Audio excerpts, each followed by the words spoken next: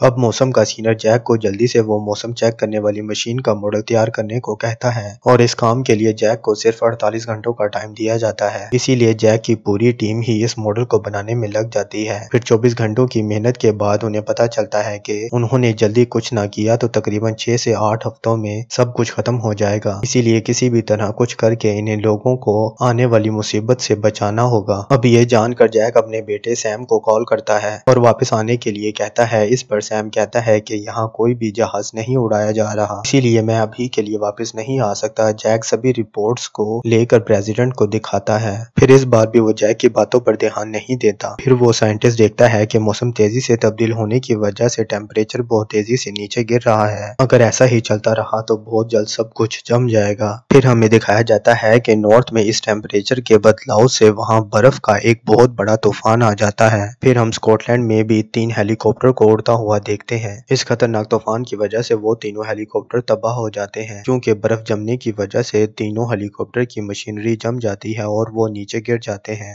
پھر نیچے گرنے کے بعد انہیں ہیلی کاپٹر میں موجود لوگ بھی جمنے لگتے ہیں اور جم کر ان کی بھی موت ہو جاتی ہے۔ پھر جیک کو بھی اسکاٹ لینڈ کی اس خراب موسم کی انفارمیشن ملتی ہے کیونکہ وہ سائنٹسٹ بھی یہی تھا، اس لیے جیک اسے اس بارے میں بتاتا ہے۔ وہ کہتا ہے کہ جتنی جلدی ہو سکے آپ وہاں سے نکل جائیں کیونکہ برف کا ایک بہت بڑا طوفان تیزی سے آپ کی طرف بڑھ رہا ہے۔ پھر اس کے بعد وہ سائنٹسٹ کہتا ہے کہ اب کافی دیر ہو چکی ہے۔ وہ کہتا ہے کہ اب نکلنے کا کوئی فائدہ نہیں ہے، کچھ نہیں ہوگا نکلنے سے بھی۔ پھر ہم دیکھتے ہیں کہ برف کا ایک بہت بڑا طوفان ان کی طرف تیزی سے بڑھ رہا ہوتا ہے جس کے لپیٹ میں آنے سے اس سائنٹسٹ اور اس کی ٹیم کی موت ہو جاتی ہے۔ نیو یارک میں بھی بہت تیز بارش ہونے لگتی ہے جس کی وجہ سے سیم اور اس کے ساتھی وہیں پر پھنس جاتے ہیں۔ اس کے بعد وہ گارڈ انہیں ایک لائبریری میں جانے کا کہتا ہے تاکہ ان کی جان بچ سکے۔ پھر سیم کو سامنے سے ایک بہت بڑی پانی کی لہر اپنی طرف آتی ہوئی دکھائی دیتی ہے۔ پھر وہ اپنی دوست کو آواز لگاتا ہے اور اسے بلا کر لائبریری میں لے جاتا ہے۔ پھر ہم نیو یارک کا بہت ہی برا حال دیکھتے ہیں، ہر طرف پانی ہی پانی نظر آ رہا ہوتا ہے۔ پھر سیم کسی طرح اپنے ڈیڈ جیک کو کال کرتا ہے اور وہ اپنے ڈیڈ کو نیو یارک کے اتنے برے حالات کے بارے میں بتاتا ہے۔ پھر جیک کہتا ہے کہ چاہے جو بھی ہو جائے تم اور تمہارے دوست اس لائبریری کو چھوڑ کر کہیں مت جانا اور تم پریشان مت ہونا، کچھ بھی ہو جائے میں تمہیں لینے ضرور آؤں گا۔ اس کے بعد جیک پریزیڈنٹ سے جا کر ملتا ہے اور انہیں ان سب حالات کے بارے میں بتاتا ہے۔ پھر یہ فیصلہ ہوتا ہے کہ اس مشکل گھڑی میں وہ لوگ نارتھ کے لوگوں کی مدد کریں گے۔ وہاں پر موجود جتنے بھی لوگ ہیں وہ انہیں وہاں سے نکال کر ساؤتھ ایریا میں بھیج دیں گے کیونکہ نارتھ کی نسبت ساؤتھ کے حالات ابھی بہتر تھے، اتنے خراب نہیں تھے۔ اس کے بعد جیک اپنے بیٹے کو لینے کے لیے نیو یارک کی طرف نکل جاتا ہے۔ نیو یارک میں اچانک سے ٹیمپریچر اتنا گرنے لگتا ہے کہ وہاں پر موجود سارا کا سارا پانی برف بن جاتا ہے، یعنی کہ جم جاتا ہے۔ لائبریری میں موجود سارے لوگ یہ باہر کا نظارہ دیکھ کر کافی ڈر جاتے ہیں۔ ان میں سے ایک پولیس والے کی نظر باہر کچھ لوگوں پر پڑتی ہے جو ساؤتھ کی طرف چل کر جا رہے ہوتے ہیں۔ اس کے بعد سبھی لوگ نکل کر ساؤتھ کی طرف جانے کا سوچتے ہیں مگر سیم انہیں ایسا کرنے سے منع کرتا ہے۔ وہ سب کو بتاتا ہے کہ ہم لوگ بچ جائیں گے۔ وہ بتاتا ہے کہ میرے ڈیڈ موسم کے سائنٹسٹ ہیں، میری ان سے بات ہوئی ہے کہ انہوں نے کہا ہے کہ ہم یہیں رکیں کیونکہ ٹیمپریچر کافی تیزی سے گر رہا ہے اور اگر ہم باہر گئے تو یقیناً جمنے کی وجہ سے ہم سب مارے جائیں گے۔ اور میرا یقین کریں میرے ڈیڈ نے وعدہ کیا ہے کہ وہ یہاں آ کر ہم سب کو بچا لیں گے، لیکن ان میں سے کوئی بھی سیم کی باتوں کا یقین نہیں کرتا۔ اس کے بعد سیم اور اس کے کچھ دوستوں کے علاوہ سبھی لوگ یہاں سے نکل جاتے ہیں۔ پھر گورنمنٹ سبھی لوگوں کو ساؤتھ میں بھیجنے میں لگی ہوئی ہوتی ہے۔ ان کی کوشش ہوتی ہے کہ وہ زیادہ سے زیادہ لوگوں کو بچا پائیں۔ جیک اور اس کے ساتھی جب نیو یارک کی طرف جا رہے تھے تو برف کی وجہ سے ان کی گاڑی اچانک سے خراب ہو جاتی ہے۔ پھر اب انہیں پیدل ہی آگے جانا پڑنا تھا۔ پھر وہاں سے سیم اور اس کے دوست ٹھنڈ سے بچنے کے لیے لائبریری کی ساری کتابوں کو جلانے لگتے ہیں۔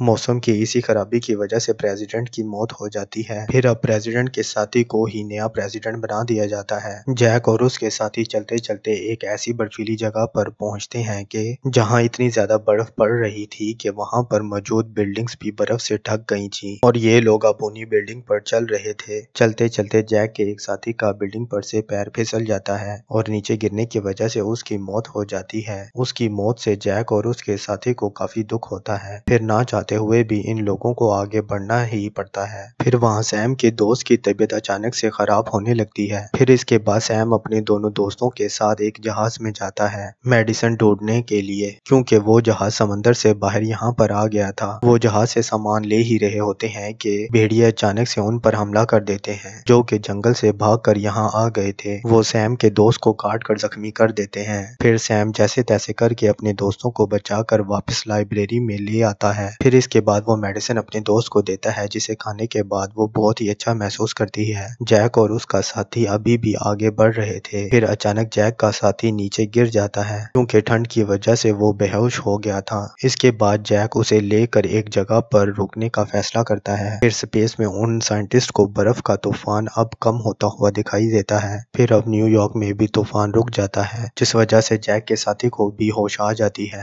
اور پھر وہ لوگ دوبارہ سے چلنا شروع کر دیتے ہیں اور پھر بہت جلد وہ لوگ سیم کے پاس لائبریری میں پہنچ جاتے ہیں۔ پھر دونوں باپ بیٹا ایک دوسرے کو دیکھ کر کافی خوش ہوتے ہیں اور گلے ملتے ہیں۔ پھر جیک اپنے بیٹے اور اس کے دوستوں کو بچانے کے لیے اپنے سینئر کو کال کر کے مدد مانگتا ہے۔ پھر یہ بات پریزیڈنٹ کو بتائی جاتی ہے۔ پریزیڈنٹ انہیں بچانے کے لیے وہاں ہیلی کاپٹر بھیجتا ہے۔ پھر بہت جلد وہاں ہیلی کاپٹر پہنچ جاتے ہیں، سبھی کو بچا لیا جاتا ہے۔ پھر جب وہ ہیلی کاپٹر سے نیچے دیکھتے ہیں تو انہیں نظر آتا ہے کہ نیو یارک میں ابھی بھی بہت سارے لوگ بچے ہوئے تھے۔ یہ وہ لوگ تھے جو بلڈنگ کے اندر رہے تھے جنہیں سیم نے منع کیا تھا لائبریری سے جانے سے، وہ تو سب لوگ مر چکے تھے۔ پھر ہم دیکھتے ہیں کہ موسم آہستہ آہستہ خود ہی سارا صاف ہونا شروع ہو جاتا ہے۔ پھر اس کے بعد وقت گزرنے کے بعد سب کچھ پہلے جیسا نارمل ہونا شروع ہو جاتا ہے۔ پھر نیو پریزیڈنٹ سبھی سے اپنی غلطی کی معافی مانگ رہے ہوتے ہیں کہ سٹارٹنگ میں جب جیک نے انہیں موسم کے آنے والے حالات کے بارے میں بتایا تھا تو انہوں نے جیک کی بات نہیں مانی تھی۔ وہ کہتے ہیں کہ اگر میں نے جیک کی بات مان لی ہوتی تو میں نے بہت سارے لوگوں کو بچا لیا ہوتا۔